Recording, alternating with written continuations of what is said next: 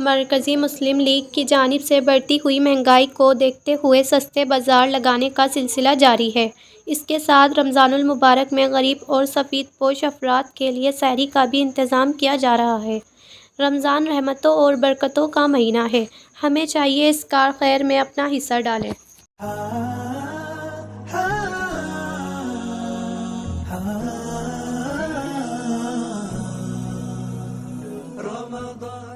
السلام علیکم ورحمۃ اللہ وبرکاتہ۔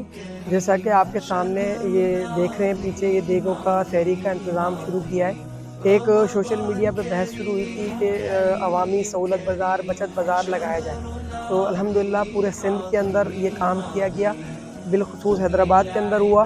پھر آج سے افطاری کا اور سحری کا یہ بندوبست سٹارٹ کیا ہے۔ یہ سلسلہ ہزاروں لوگوں سے سٹارٹ ہوا ہے، انشاءاللہ ڈیلی کی بنیاد پر بڑھایا جائے گا۔ تو آپ سارے حضرات دیکھ سکتے ہیں، پیچھے یہ دیگیں بن رہی ہیں، اسی طرح سحریاں بن رہی ہیں، اور یہ بننے کے بعد الگ الگ اسپاٹ سے ان کے گھروں تک پہنچا دی جائے گی۔